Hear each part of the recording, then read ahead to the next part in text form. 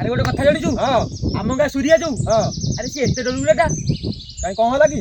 ଆରେ ଏବେ ଯୋଉ ପବନ ହଉଥିଲା ଆରେ ଗୋଟେ ଛୋଟିଆ ଗଛଟାକୁ ଧରିକି ବଇଛି ଆଉ ମୁଁ ତାକୁ କହିଲି ଆରେ ଏଡେ ଜୋରିଆ ପବନ ହଉଛି ଏଠି କଣ କରୁଛୁ ଘରକୁ ଯାଉନୁ। ଆରେ ସିଏ କଣ କହିଲା ଜାଣିଛୁ? କଣ କହିଲେ ସେ?